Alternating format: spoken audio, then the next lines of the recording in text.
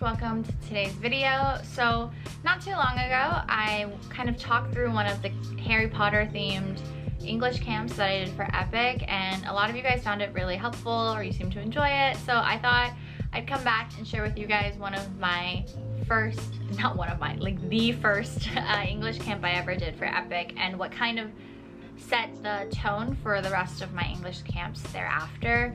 I was really nervous, I remember, because it was my first English camp and it's a lot of responsibility because you want to make sure the kids are having fun and they're able to learn something, and also there's just like a lot of stuff to prepare. So to help you guys throughout your days, if you are teaching with EPIK or planning to teach with EPIK, hopefully this gives you guys some insight or some idea of what to do. So without further ado, let's going to be talking about my first ever camp that I made for EPIK. Here are all my folders because I am super type A and I need everything organized exactly. Here is the schedule that I made for camp. My theme was USA road trip, and this is because usually your first camp, a lot of times your school will tell you to, you always want to do something that you yourself have interest in, so that way it's also fun for you, but also, teach the kids a little bit of something about yourself. So a lot of times people choose their home country as one of their first camps, and I think it might be one of the better templates to stick to, just because you obviously know your country really well and you can kind of talk about the highlights and things like that. So my first period, I always have kind of just an intro period where we get adjusted to each other, the kids settle down, we play maybe some icebreaker games, we also do some like decorations and just having a fun time. Then we have continued opening ceremony because actually my principal came in and he wanted to do a speech, so it ended up taking more time, so I just kind of put the two periods together. This is to make team flags because we put all the kids into teams. So we put the kids into teams, we don't let them choose, because that way we can get a good mix of kids who are more upper level, kids who are lower level, and we also know who gets on and who doesn't get on really well together, and we want to make sure the kids just don't only hang out with their friends. And then last, we have some vocabulary and intro. We do always have a snack. So as you can see, I have all the snacks here, and sometimes I make the snack time into an activity, sometimes I don't. First period is always the same. We have vocabulary and grammar introduction. We always start the day with little motivational videos, so I find different videos. It could be like clips from movies or songs or things like that I think the kids would enjoy that pertain to the theme. Then we do a little vocab trivia, and we work on some games, and then we always have usually it's either like a game and a craft, or a game and a snack, or a craft and a snack, or sometimes all three depending. And then we also had some campfire songs the kids learned. This was one of my favorite activities, dream catchers. The kids made their own dream catchers. This was super fun. And this was paper lanterns, so they made their own paper lanterns. And then last, we did a closing ceremony where I handed out diplomas and we gave out prizes. All the kids are technically winners, but for my camps, I definitely had like winners, so I'll explain that a little bit. And then this was just an explanation of some of the games and filler games. This was mostly for my co-teachers, and I think it's really important to make sure that there's constant communication between yourself and your co-teachers when making this camp, because they are going to be kind of crucial in making sure that everything goes smoothly. So after my schedule, I make this checklist, and I have it obviously, this is for when I finish, I put an X there. Oh no, why is there no X here? There should be X's here. But anyways, so here is my day one. These are all the things I prepared, and we actually don't end up doing everything a lot of times, but I always make backups just in case.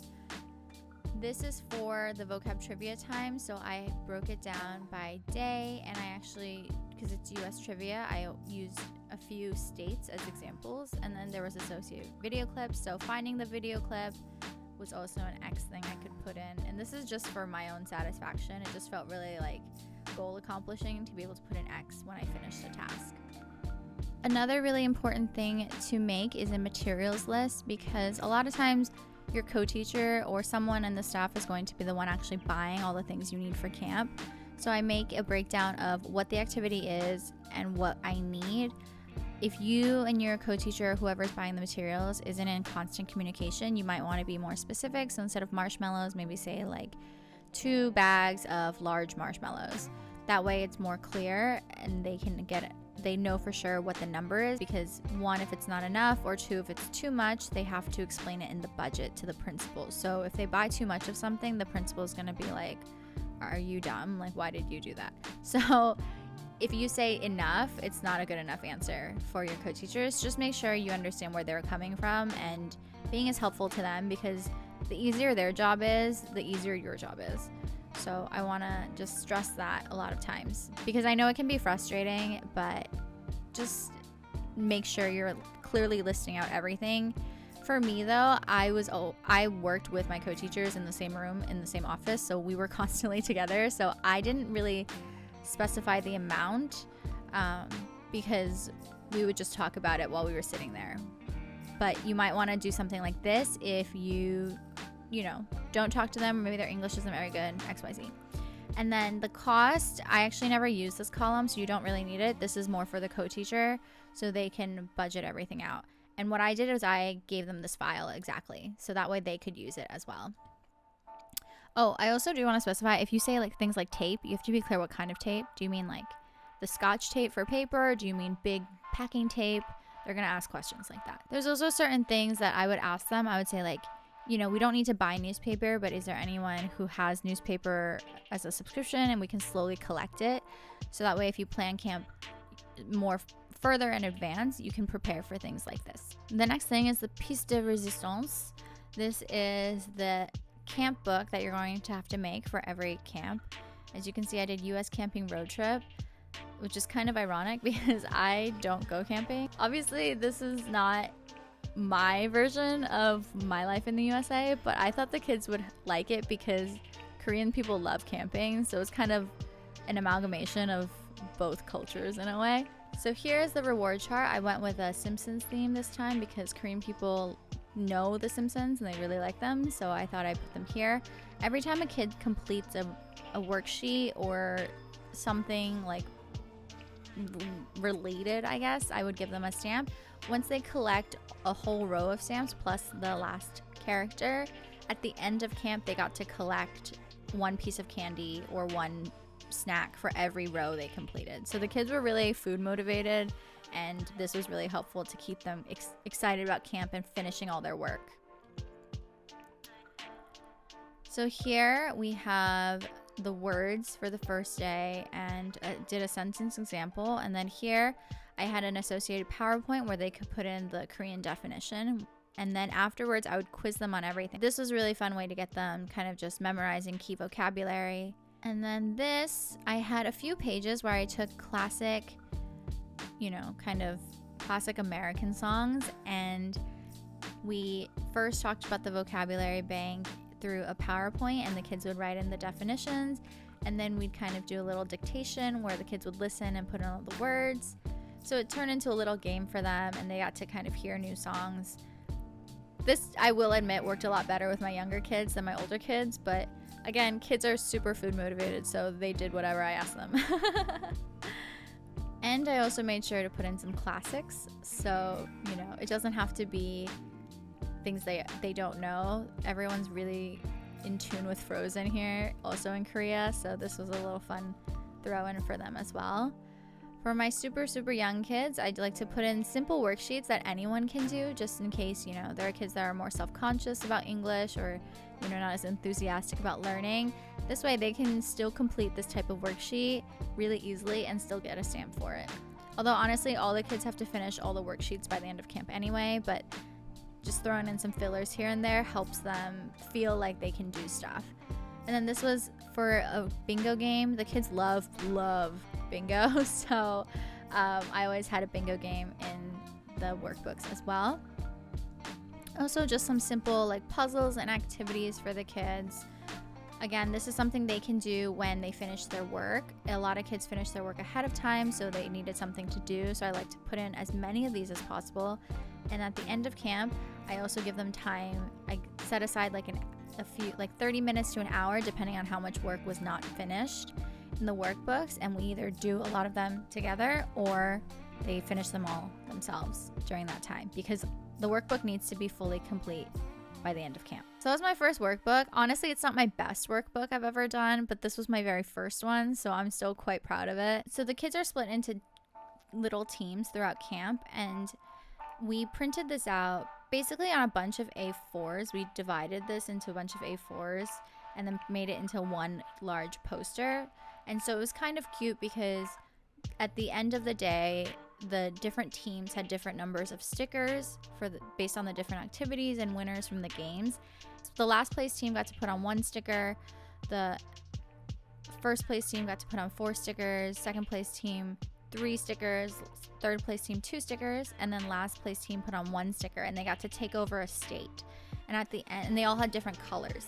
And at the end of camp, whoever had the most states was the winner, and they got kind of a major prize of either a free homework pass that I discussed earlier with all the English teachers, or a change seat pass that I also discussed earlier with the English teachers, where they could change the seats with their friend for one class.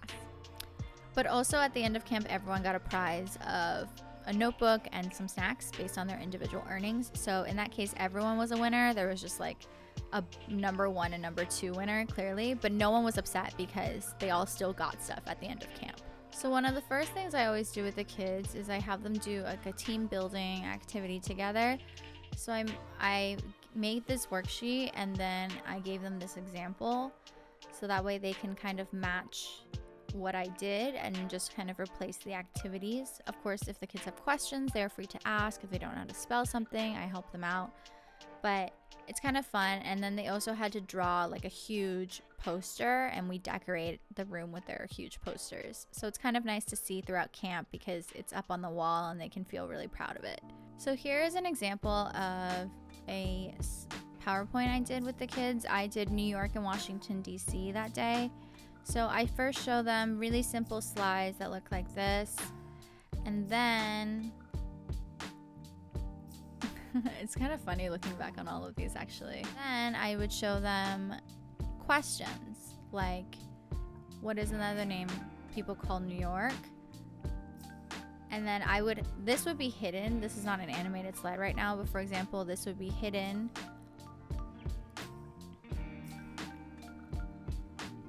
like so.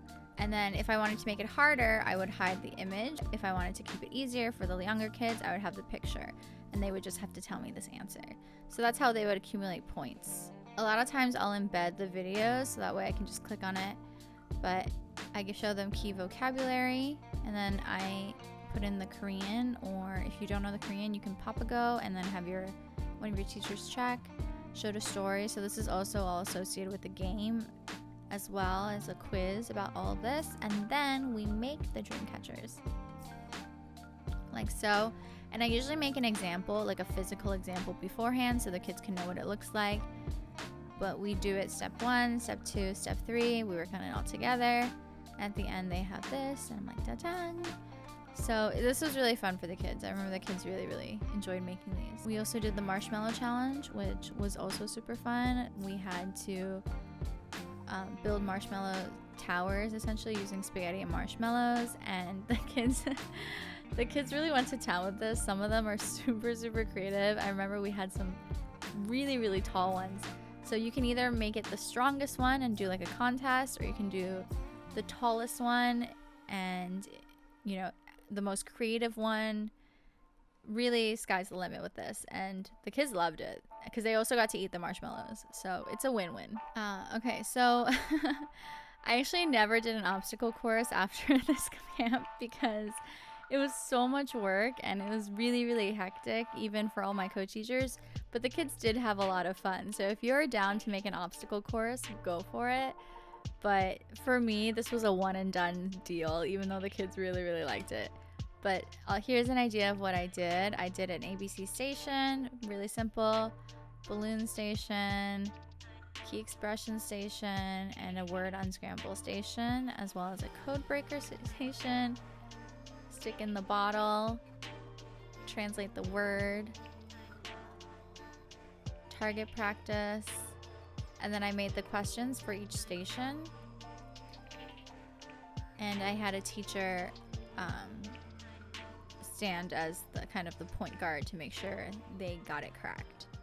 And that's it, guys. I hope you guys enjoyed it, or at least found it somewhat helpful for your future planning materials. If you guys have any specific questions, definitely let me know down in the comments below. In the meantime, I'll see you in the next one. Don't forget to like, comment, and subscribe. Bye!